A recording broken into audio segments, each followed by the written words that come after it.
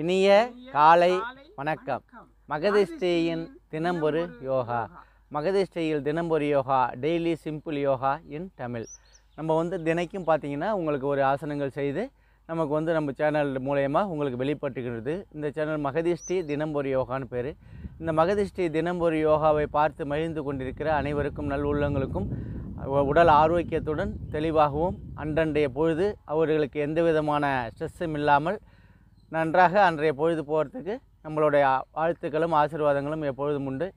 அதே போல் இன்றைக்கி செய்யக்கூடிய ஆசனத்தோட பேர் பார்த்திங்கன்னா பிராரம்பிக் ஸ்திதின்னு பேர். பிராரம்பிக் ஸ்திதி அப்படின்னு பேர். என்ன இதனால் வந்து பயன்கள் அப்படின்னு பார்த்திங்கன்னா, ஒருத்தவங்க டெய்லி வந்து வேலைக்கு போகிறவங்களா இருப்பாங்க. அவங்க எல்லாருமே உட்காந்து சிஸ்டத்தில் உட்காந்து வேலை செய்கிறவங்களா ஆஃபீஸராக இருக்க மாட்டாங்க. நின்றுக்கிட்டே வேலை செய்கிற வேலைகள் அதிகமான இருக்குது. இப்போ வந்து பார்த்திங்கன்னா உங்களுக்கு ஒரு மின்சாரத்துறையில் பார்த்திங்கன்னா ஆஃபீஸரை தவிர பாக்கி எல்லாருமே வந்து உங்களுக்கு அவங்களோட உழைப்பு பார்த்திங்கன்னா போஸ்ட் மரம் ஏறுறதா இருந்தாலும் சரி, லைன் இழுத்து கட்டுறதா இருந்தாலும் பொழுதுக்குமே அவங்க நின்றுட்டு தான் இருக்கணும். அப்படின்னு பார்த்திங்கன்னா அவங்களோட கால் வலிகள் வந்து ஏற்படுறதுக்கான வாய்ப்பு. அதே போல் ஜவுளி கடையில், மளிகை கடையில் இப்படி வேலை செய்கிற ஒவ்வொரு நண்பர்களுக்கும் இந்த வலிகள் ஏற்படும். இந்த வலிகள் ஏற்படாமல் தடுக்கக்கூடிய ஒரு ஆசனம் தான் இந்த பிராரம்பிக் ஸ்திதின்னு பேர். இதை என்ன செய்யணும் அப்படின்னு பார்த்தீங்கன்னா, நம்ம வந்து முதல் சுற்று, இரண்டாம் சுற்றுன்னு 2 வகையாக சுற்று பிரிப்போம். இதில் வந்து ஒரு 15 எண்ணிக்கை. முதுகு தண்டுவடத்தை நேராக வச்சுக்கிட்டு கால்களை நேராக்கி, அதாவது கால்களுக்கு பயிற்சி, முதுகு தண்டுவடத்துக்கு பயிற்சி, விலா எலும்புக்கு பயிற்சி, கைகளுக்கு பயிற்சி. மார்பகம் விரிவடையும், விலா எலும்புகள் வலுப்பெறும், இரத்த ஓட்டம் ஒரே சீராக இருக்கும், நினைவாற்றல் அதிகரிக்கும். இதுதான் நம்ம இந்த ஆசனத்தோட முக்கியமாக சொல்கிறோம். இப்போ வந்து நம்ம வந்து இதெல்லாம் வந்து செஞ்சால் என்ன பலன்கள் கிடைக்குன்னு பார்த்தீங்கன்னா ஒரு 50% தான் கிடைக்கும். சரி, அதுக்கு என்ன தான் மீதி 50% எதுலேருந்து கிடைக்குது அப்படின்னு பார்த்தீங்கன்னா, நம்மளுடைய உடலை வந்து ஆரோக்கியமாக வச்சுக்கிறதுக்கான என்ன வழின்னு பார்த்தா உணவு தான். இந்த உணவை வந்து நம்ம எப்படி சாப்பிட்ணும், இயற்கையான உணவை நம்ம சாப்பிட்டோம்னா என்ன கிடைக்கும், செயற்கையான உணவு நம்ம சாப்பிட்டோம்னா என்ன கிடைக்கும். செயற்கையான உணவு நம்ம சாப்பிட்றோம்னா வயிறு வந்து தான் நிரம்பும். அதில் வந்து ரத்தங்கள் வந்து உங்களுக்கு ஒரு நல்ல ஒரு பலனுள்ள உணவை நம்ம சாப்பிட்றோம், ஒரு பழங்கள் சாப்பிட்றோம், ஒரு காய்கறிகள் சாப்பிட்றோம்னா அதுலேருந்து பார்த்திங்கன்னா கழிவுகள் வந்து ஒரு 60% பார்த்திங்கன்னா ஒரு 40% ரத்தம் வந்து இன்க்ரீஸ் ஆகும். இப்படி இது இப்போ நீங்கள் பரோட்டா, இந்த மைதா பொருட்கள் அனைத்து இந்த பர்கர் இந்த மாதிரி ஏதாச்சும் சாப்பிட்டிங்கன்னா வயிறு நிரம்பும், செரிமான சக்தி இல்லாமல் போகும். அதனால் என்ன பலன்கள் கிடைக்குன்னு பார்த்தீங்கன்னா, ஃபுல்லாகவே உங்களுக்கு வந்து செரிமான சக்தி இல்லைன்னாலே மலச்சிக்கல் ஏற்படும். மலச்சிக்கல் ஏற்பட்டதுன்னா குடல் வந்து உங்களுக்கு துர்நாற்றங்கள் ஏற்பட்டு உங்களுக்கு வந்து தன்னோட பாதையை வந்து அடைச்சிடும். இப்படி ஒரு கெட்ட விஷயங்கள் தான் நடக்குமே தவிர நல்ல விஷயங்கள் நடக்காது. இதுக்கு என்ன செய்யணும், நம்ம இயற்கையான உணவுகள் தான் நம்ம உண்ணணும் அப்படிங்கிறத நம்ம சொல்கிறோம். இப்போ இது உடனடியாக செய்ய முடியுமானா முடியாது. இது வந்து படிப்படியாக தான் செய்யணும். இதை வந்து மனப்பக்குவம் அடையணும். இப்போ மனசை வந்து பார்த்திங்கன்னா ஒரு நண்பர்கள் மூலயமா தீய வழியில் கூட போகலாம். அந்தமாரி இல்லாமல் நல்வழி, அதாவது நம்ம பெரியோர்கள் வீட்டில் உள்ளவங்க சொல்கிறத கேட்டுக்கிட்டு அவங்க வந்து எண்ணத்தினால வந்து இப்போ காய்கறி எல்லாம் போட்டு நம்ம நல்லா குழம்பு வைக்கிறாங்க, கூட்டு பொரியல் பண்ணுறாங்க. இதெல்லாம் வந்து நம்ம சாப்பிடாமல் தவிர்க்கிறதுனால தான் நமக்கு இப்போ டெய்லி வந்து பார்த்திங்கன்னா கருவேப்பிலை, மல்லித்தழை இதை வந்து நம்ம டெய்லி பயன்படுத்திக்கிட்டே வந்தோம்னா அது உடல் ஆரோக்கியத்தை கொடுக்கும். அப்போ நம்ம அதை பயன்படுத்துறது கிடையாது. இப்போ பயன்படுத்துறதுன்னா நம்ம நேரடியாக நம்ம சாப்பிட சொல்லலை. இப்போ அது தொகையல் மூலியம் மல்லித்தழை டெய்லி வந்து பார்த்திங்கன்னா மல்லி துவையல் பண்ணலாம். அந்த டேஸ்ட்டுக்கு அவங்கள மாற்றிடணும். அதே போல் கருவேப்பிலை சேர்க்காமலே இருக்கக்கூடாது. கண்களுக்கும் தலைமுடி இதுகளுக்கும் நம்ம சிறந்த ஒரு விஷயமாகும். இதெல்லாம் வந்து ஒரு சின்ன விஷயந்தான். ஆனால் டெய்லி செய்யக்குள்ள அதோட பலன்கள் வந்து நமக்கு பார்த்திங்கன்னா அதிகமாக இருக்கும். இப்போ இயற்கை உணவு உண்டா எனக்கு என்ன கிடைக்கும் அப்படின்னு பார்த்தீங்கன்னா, காச நோயிலேருந்து நீங்கள் விடுபடுவீங்க. இந்த உடைந்த எலும்புகள் கூட உடனே ஒட்டக்கூடிய தகுதி உடையது தான் இந்த இயற்கை உணவாகும். அதே போல் நாய்க்கடிக்கு வந்து பார்த்திங்கன்னா இப்போ டாக்டர்கிட்ட போகணுங்கிற அவசியம் இல்லை. இயற்கையாக வந்து இப்போ நிறைய பேர் நாய்க்கடிக்கெல்லாம் மருந்து கொடுப்பாங்க. இதெல்லாம் வந்து சித்த மருத்துவத்தில் உள்ளது. அது வந்து நல்ல ஒரு விஷயம். நீங்கள் இயற்கை உணவு சாப்பிட்டிங்கன்னா அந்த நாய்க்கடி கூட உடனடியாக தீர்க்கப்படக்கூடியதாகும், இயற்கையான முறையில் நம்ம இது பண்ணால். அதே போல் இந்த கக்குவான் இதேமாரி விஷயங்கள்லையும் உங்களுக்கு வந்து சில மாதத்திலே சரியாக போயிடும். அது தொந்தி விழறது, நரம்புகளை வந்து இந்த முடிச்சு விழுன்னு சொல்லுவோம் பார்த்தீங்களா, அந்த இதெல்லாம் வந்து ஒரே நேராக்கிடும். இந்த கழுத்தில் உள்ள நரம்புகள்லாம் வந்து ரொம்ப சில பேருக்கு காலில் வந்து வெரிகோர்ஸு, கழுத்தில் வந்து பார்த்திங்கன்னா திருப்பவே முடியாது, சுருட்டிக்கிட்டு இருக்கும். என்ன காரணம் நரம்பு சுருட்டல்னா அவங்களுக்கு வந்து இயற்கையான உணவு இல்லாத தான் அது காரணம். அதே போல் தொந்தி விழும். தொந்தி விழுறதுக்கான காரணம் என்னென்னு பார்த்திங்கன்னா உணவு தான் காரணம்.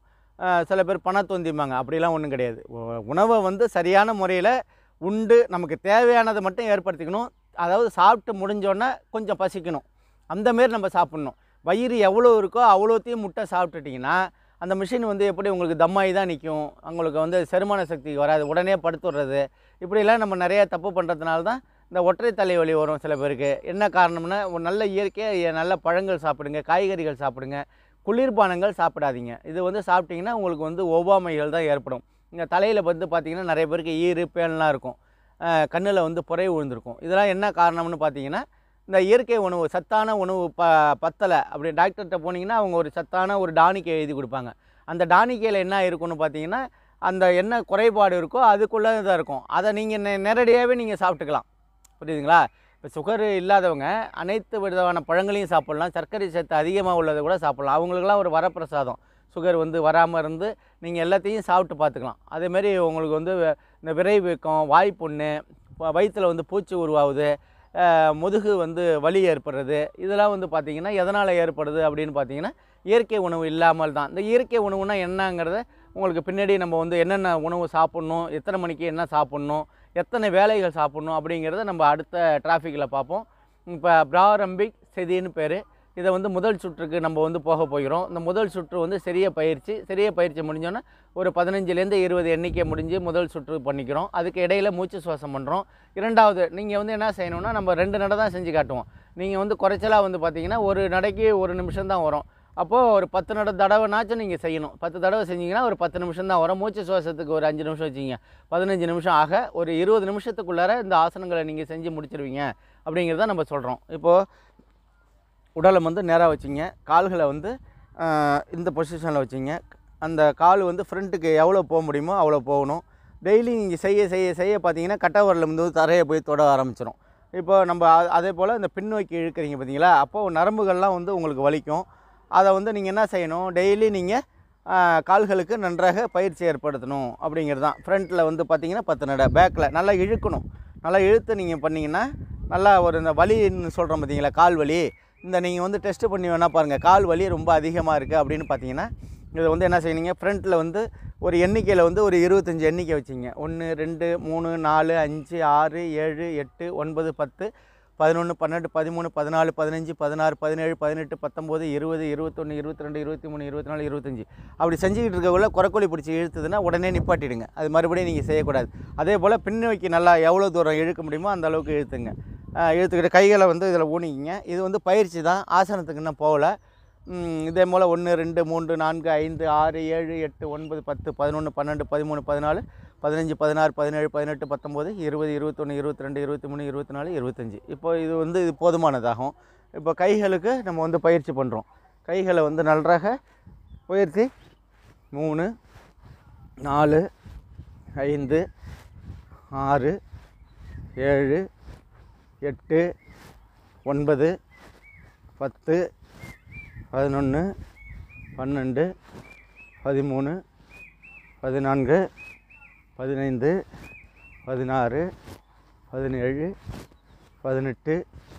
18 19 20 போதுமானதாகும். அப்படியே கையை என்ன செய்கிறீங்க, அப்படியே ஃப்ரண்ட்டில் பேக்கில் வைக்கிறீங்க.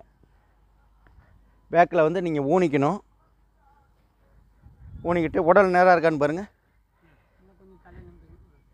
ஓகேவா? இப்போ என்னங்க 1 3 4 5 6 7 8 9 10 11 12 13 14 15 16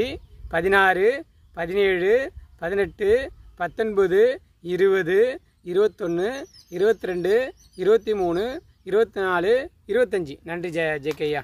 இப்போ கால்களை ஃப்ரெண்டு கொண்டு போகல மூச்சை வந்து இழுத்துக்கணும். இப்போ இந்த இழுக்கக்கூடியில் மூச்சை விடணும். உடலை வந்து எப்பொழுதும் நீங்கள் தளர்த்தி வச்சுக்கணும். இப்போ நம்ம வந்து பயிற்சி பண்ணினப்போ விரைப்பாக வச்சுருந்தோம். மறுபடியும் நம்ம வந்து இப்போ ஆசனத்துக்கு போகல நம்ம கைகளை வச்சதுக்கு அப்புறம் உடலை வந்து தளர்த்திக்கணும். இதுதான் நம்ம சொல்ல போகிற விஷயம். உடலை வந்து மறுபடியும் நீங்கள் விரைப்பாகவே வச்சுக்கக்கூடாது. இப்போ சின்முத்திரையில் மூச்சு சுவாசம்.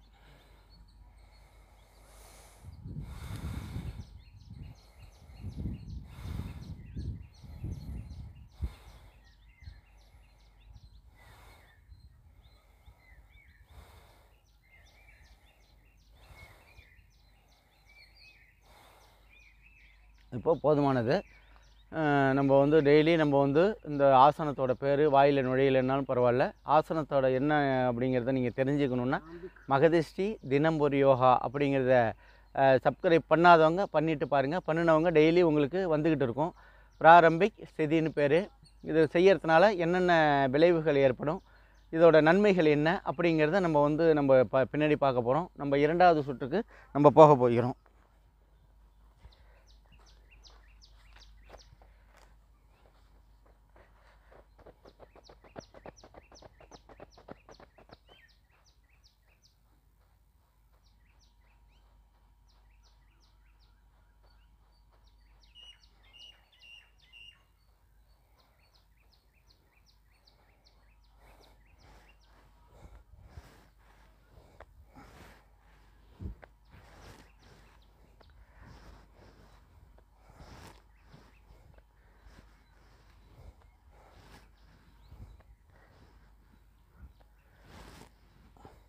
இப்போ பயிற்சிக்கு நம்ம நேரடியாக போவோம். இப்படி ஊனிங்க, இப்படி ஊனிக்கிட்டு உடலை வந்து நேராக வச்சுக்கணும். இப்போ முன்னாடி நம்ம மூச்சை வந்து தளர்த்திக்கிங்க. எண்ணிக்கை 1 2 3 4 5 6 7 8 9 10 11 12 13 14 15 16 17 18 19 20. நன்றி ஐயா. சம அளவுன்னா 21 22 23 24 25. நன்றி நன்றி. இப்போ என்ன காரணம்னு சொல்கிற முடியுங்கன்னா, இப்போ போன தடவை வந்து நம்ம 20 எண்ணிக்கை 25 செஞ்சிட்டோம். மறுபடியும் நம்ம 20 செய்யக்கூடாது. அதே எண்ணிக்கையை நம்ம செய்யணும். உடலை நேராக வச்சுக்கணும். உடலை வந்து நேராக வச்சுக்கிறது மட்டும் இல்லை, கைகளை பின்புறம் வந்து தரையில் படுற மாதிரி வச்சுக்கிட்டு நம்ம வந்து கவனிக்கணும். இப்போ வந்து இந்த யாருக்கு இது நன்மைகள் அப்படின்னு பார்த்தீங்கன்னா, கால்வலி உள்ளவர்களுக்கு இதை செஞ்சிங்கன்னா கால்வலி உங்கள்கிட்டேருந்து விடுபடும். டெய்லி ஒரு 10 நாள் நீங்கள் தொடர்ந்து செய்யுங்க, ஒரு மாதம் வரைக்கும் செய்யுங்க. செஞ்சிங்கன்னா உங்களுக்கு எவ்வளோ நேரம் நின்னாலும் உங்களுக்கு ஒன்றும் பண்ணாது. அப்படியே வலி வந்தாலும் உடனடியாக 1 நிமிஷம் நீங்கள் அப்படியே தரையில் உட்காந்து இந்த ஃப்ரெண்டு காலை வந்து ஃப்ரெண்டு பக்கமும் தரையை தொடுற மாதிரியும் பின்புறமும் இழுத்துக்கணும். கீழே தொடக்குள்ளே மூச்சை வந்து மேலோக்கி இழுத்துங்க, உயரக்க தூக்கக்குள்ளே மூச்சை தளர்த்தி விடுங்க. இதுதான் நம்ம வந்து இந்த ஆசனத்தோட சுவாசத்தையும் கவனிக்கணும், உடல் தளர்வையும் கவனிக்கணும். அதே மூச்சு சுவாசத்தை கவனித்து முடித்த உடனே நம்ம இந்த கால் சொன்னோம் இல்லைங்களா, அதுக்கப்புறம் கணுக்கால் வளைத்தல். கணுக்காலை வந்து நம்ம நன்றாக செயல்படுத்துகிறோம். கணுக்கால்களை வந்து இப்போ அசைவு கொடுக்குறோம், அதில் வந்து செயல்படுறோம். நம்ம வந்து கணுக்கால்களுக்கு நன்றாக பயிற்சி கொடுக்குறோம், அப்படி தான் சொல்லணும். இப்போ பாதங்கள் நன்றாக வலுவூட்டப்படுகிறது. பாதங்கள் நன்றாக மார்பகம் வந்து பார்த்திங்கன்னா நல்லா நேராக வச்சுக்கிறதுனால மார்பகம் வந்து நன்றாக விரிவடைகிறதுனால என்ன ஆகுதுன்னு பார்த்தீங்கன்னா, இப்போ நுரையீரலில் நன்றாக செயல்படுகிறது, சிறுகுடல் பெருங்குடல்லாம் நன்றாக செயல்படுகிறது, ரத்த ஓட்டம் ஒரே சீராகிறது. அப்படி தான் நம்ம சொல்லணும். அப்போது நினைவாற்றல் வந்து ஒரே சீராச்சுன்னா நினைவாற்றல் வந்து அதிகரிக்குது. இப்போ நம்ம எண்ணிக்கை எத்தனை செஞ்சோம் அப்படிங்கிறத நம்ம பார்க்குறோம். 25 எண்ணிக்கையாக மறந்தாப்பில் நம்ம 20 செஞ்சிட்டோம்னா மறுபடியும் அதே 25. அப்போ அது நினைவாற்றல்னு பேர். அதே போல் முதுகு தண்டுவடம் வந்து பார்த்திங்கன்னா நன்றாக செயல்படும். நேராக இருக்கா, அப்போ வந்து பார்த்திங்கன்னா முதுகு விலா எலும்பு, முதுகு தண்டுவடம், கழுத்து பகுதி இதெல்லாம் வந்து நன்றாக அழுத்தப்படுகிறது. அழுத்தத்தினால என்ன ஆகுதுன்னா உங்களுக்கு வந்து நன்றாக செயல்படும். கழுத்தெல்லாம் வந்து பார்த்திங்கன்னா ஒரே நேராக இருக்கும். இப்போ கழுத்து வலி சில பேருக்கு வரும், ஒரு பக்கமாக திருப்பிகிட்டே இருக்குவாங்க. அவங்க வந்து பார்த்திங்கன்னா மாற்று திசையில் மறுபடியும் இந்த பக்கமே பார்த்து நம்ம பேசணும். இப்போ நரம்புகள் என்ன காரணம்னா, கழுத்து படுக்கிறோம் பார்த்திங்களா, படுக்கக்குள்ளே நல்ல ஒரு தலகாணி இல்லாமலும் அப்படி இருக்கிறதுனால அவங்களுக்கு வந்து கழுத்து வந்து அந்த வலி ஏற்படும். வலி ஏற்பட்டதுன்னா அதே பொசிஷன்லேயே நம்ம வச்சுருக்கக்கூடாது. அதுக்கு மாற்று பொசிஷனாக இப்படி இந்த பக்கம் கழுத்து வலி வந்ததா இந்த பக்கம் திருப்பிக்கிட்டு நம்ம அது வலி இருக்க தான் செய்யும். அது ஓரிரு நாளில் உங்களுக்கு உடனே சரியாயிடும். இதுக்காக வந்து நீங்கள் ஆஸ்பத்திரி அதுன்னு அலைய வேண்டியதில்லை. இந்த அதாவது கல்லீரல் கணையம் இந்த கால்களை நீட்டிக்கிறதுனால நல்லா கல்லீரல் கணையம் அமுக்கப்படுகிறது. மறை உறுப்புக்கு நன்றாக செயல்படுகிறது. சர்க்கரை நோய்க்கு இது ஒரு சிறந்த ஒரு ஆசனமாகும். கல்லீரல் கணையம் அமைக்கப்பட்டாலே உங்களுக்கு சர்க்கரை நோய்க்கு இது ஒரு ஆசனமாகும். அதே போல் இந்த பாதாங்குசலி நமன், கூல்ஃப் நமன்னு பேர். இந்த நமனில் உள்ள பலன்கள் அப்படியே நமக்கு கிடைக்கும். அப்படின்னா என்னன்னு பார்த்தீங்கன்னா, மகதிஷ்டி தினம்புரி யோகாவில் போட்டு பார்த்தீங்கன்னா தெரியும். இந்த இது செஞ்ச ஆசனம் அது. அந்த செஞ்ச ஆசனத்தில் உள்ள பலன்களும் இதே பாராம்பிக் ஸ்திதிக்கு வந்து சமநிலையாக கொடுக்கும் அப்படிங்கிறது தான் இதோட அர்த்தமாகும். அதனால் நீங்கள் என்ன செய்வீங்கன்னா தினைக்கும் ஒரு 15 நிமிஷம் தான் இருக்கும். இது நாங்கள் 2 நடை தான் செஞ்சோம். நீங்கள் வந்து ஒரு 5 நடை செஞ்சு அதுக்கு 5 நடைக்கும் 5 நிமிஷம் அவ்வளோதான். ஒரு நடைக்கும் 1 நிமிஷம், மூச்சு சுவாசம் 1 நிமிஷம், ஆக மொத்தம் ஒரு 15 நிமிஷத்துக்குள்ளே இந்த ஆசனங்கள் நமக்கு வந்து முடிஞ்சிடும். பாராரம்பிக் ஸ்திதி செய்த அனைத்து உள்ளவங்களுக்கும் நாளைக்கு வந்து செஞ்சுட்டு நீங்கள் வந்து கமெண்டில் சொல்லுங்கள். தினைக்கும் வந்து செஞ்சு பழகுங்க. என்னென்ன ஆசனங்கள் என்னென்ன வலிகளை ஏற்படுத்துகிறது, என்னென்ன அதுக்கு வந்து வலிக்கு என்ன நிவாரணம் அப்படிங்கிற வரைக்கும் உங்களுக்கு எல்லாமே சொல்லிக்கிட்டு இருக்கோம். மகதேஷ்டி தினம் ஒரு யோகாவை மறக்காத பாருங்கள். மீண்டும் நாளைக்கு ஒரு ஆசனத்துடன் சந்திப்போம். நன்றி, வணக்கம்.